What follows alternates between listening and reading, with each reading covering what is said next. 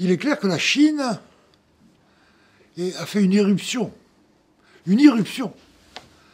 dans le monde économique depuis 30 ans grâce au petit timonier.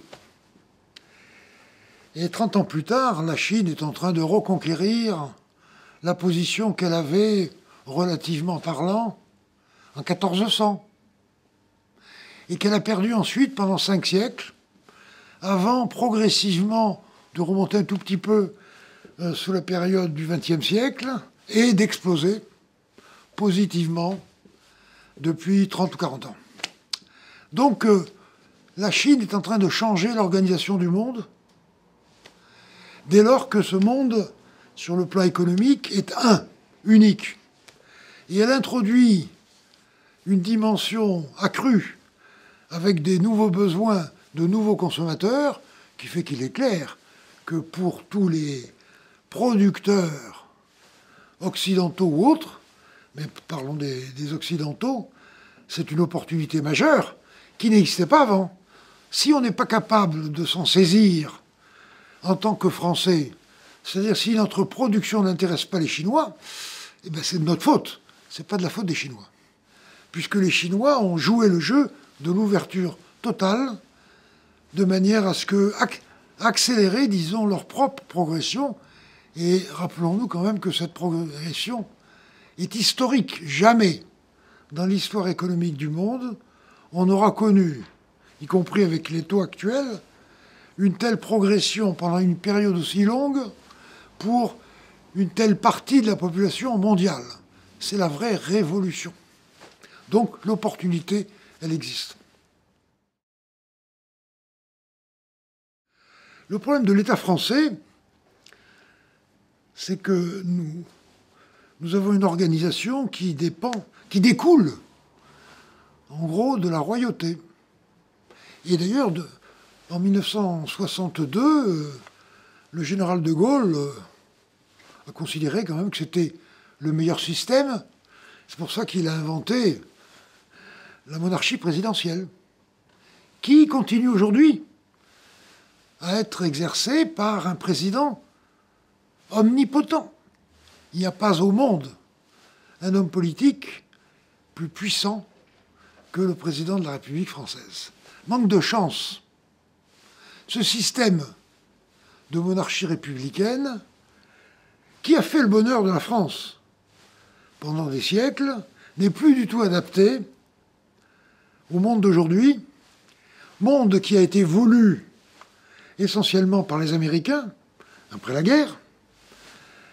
Les Américains ont décidé que ce qui était dans l'intérêt des États-Unis, c'était dans l'intérêt du monde.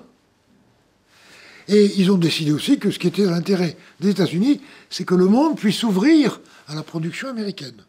Quitte à ce que, dans l'autre sens, la production du reste du monde soit bien accueillie aux États-Unis, mais enfin, quelquefois, avec des nuances.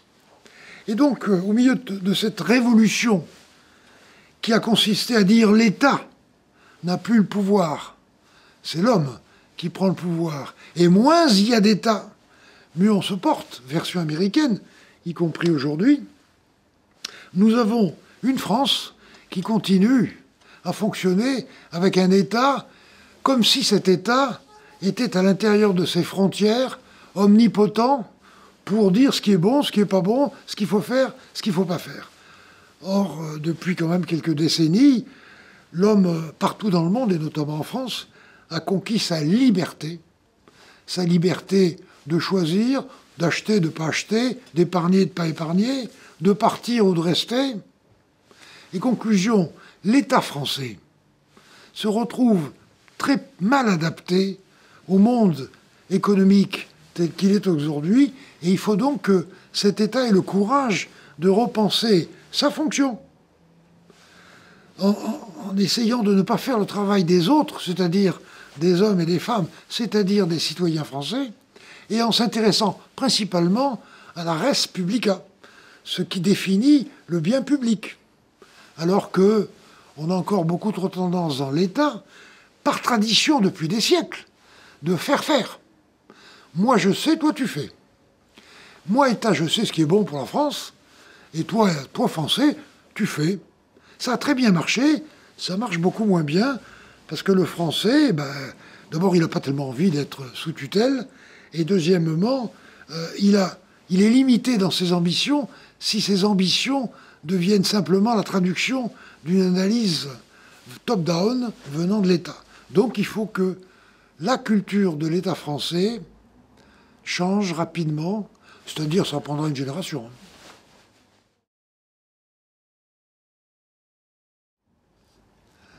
Ah, c'est une question très importante, parce que la gouvernance de l'entreprise a été conçue, non pas pour l'entreprise, mais pour la société. Il y a, en France comme ailleurs d'ailleurs, un droit des sociétés considérable, le droit des actionnaires, etc. Il y a un droit du travail, tout ça pour protéger le travailleur. Je vous rappelle qu'en France, on passe son temps à protéger le travailleur. Contre qui d'ailleurs, on ne sait pas. On n'ose pas dire que c'est contre l'exploiteur. Et l'exploiteur, qui c'est? C'est l'employeur. C'est un état d'esprit, si vous voulez, qui a peut-être eu sa justification dans le passé, mais beaucoup moins aujourd'hui. Et donc, nous avons un système qui s'intéresse beaucoup aux actionnaires, le droit des actionnaires, fantastique, qui s'intéresse beaucoup à sa manière, qui n'est pas la bonne, pour protéger le travailleur, mais qui ne s'intéresse pas du tout à l'entreprise. Il n'y a pas de droit de l'entreprise en France. Il n'y a qu'un droit des sociétés. Même la définition de l'entreprise, pas facile à donner.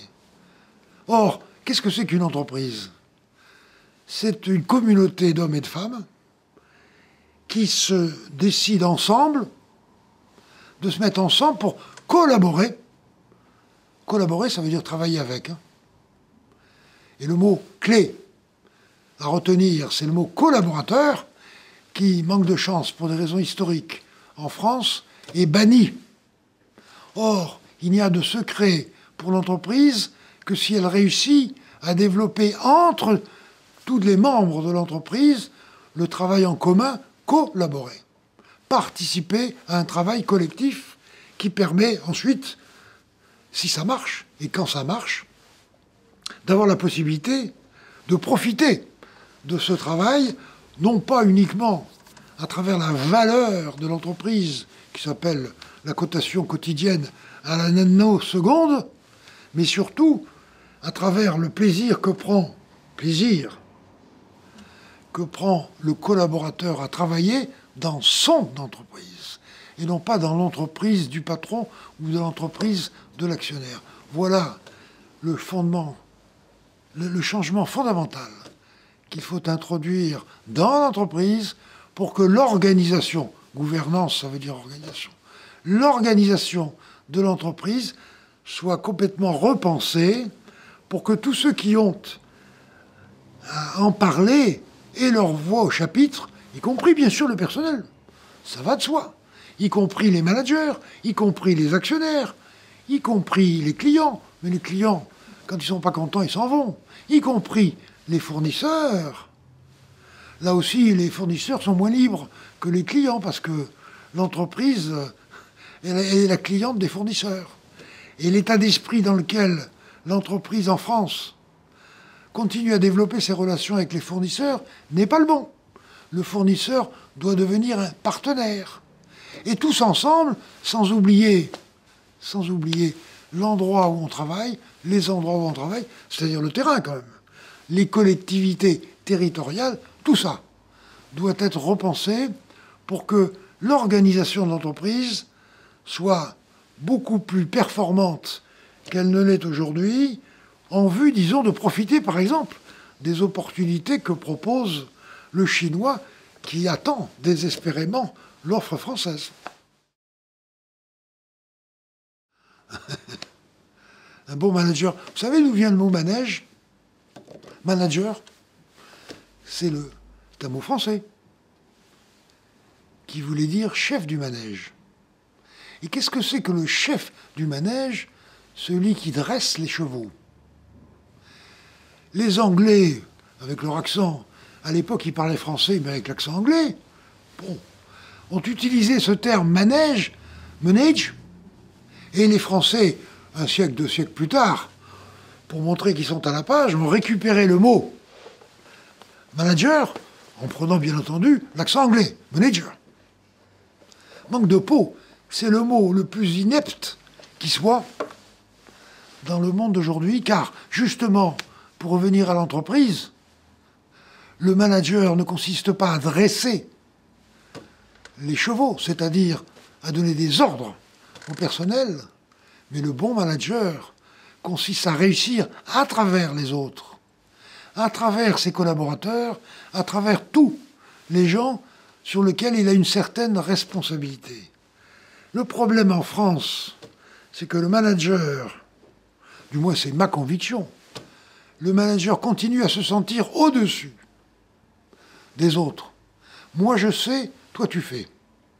C'est encore fondamentalement le legs, si vous voulez, du diplôme, qui est une caractéristique française, historique là aussi, mais qui, pour moi, est en train de se retourner contre l'intérêt collectif français, car le jeune qui a travaillé, il y en a quelques-uns ici, et qui a enfin réussi à décrocher sa timbale, c'est-à-dire son diplôme, il se sent différent des autres. À partir de ce moment-là, moi, je suis diplômé. Vous, vous ne l'êtes pas. Donc, moi, je sais, vous me faites confiance, vous faites. Or, on est dans un monde totalement différent que celui qui a fonctionné correctement dans ce domaine, parce que depuis 50 ans ou 60 ans, le degré d'éducation de tous les Français, même si le système d'éducation a encore des rendements insuffisants, le degré d'éducation de chaque Français a considérablement augmenté. Et on continue à organiser les entreprises comme si on était encore au temps de Ford. Moi, je veux bien que toutes les voitures soient de couleurs différentes, à condition qu'il y en ait une seule, le noir. Vous voyez, le vrai problème que nous avons en France dans ce domaine, c'est que ce manager qui sort de ces grandes écoles avec un diplôme, ils ne se sentent pas supérieurs aux autres. Ils se sentent utiles aux autres pour aider les autres à augmenter leur engagement dans ce qu'ils font, à augmenter leurs initiatives, leurs responsabilités, quitte à ce que le manager organise tout ça ou facilite l'organisation pour que ça ne se tourne pas au bazar. Et donc, le manager aujourd'hui, du moins c'est moi qui parle, en France, dans une entreprise ouverte sur le monde, il a une responsabilité fantastique qui est d'aider les autres à grandir. Et sa réussite, c'est celle des autres, et non pas la sienne. C'est une définition un peu rapide du bon manager, mais c'est ça qui, pour moi, est le secret de la relance de l'entreprise en France, et donc de la France.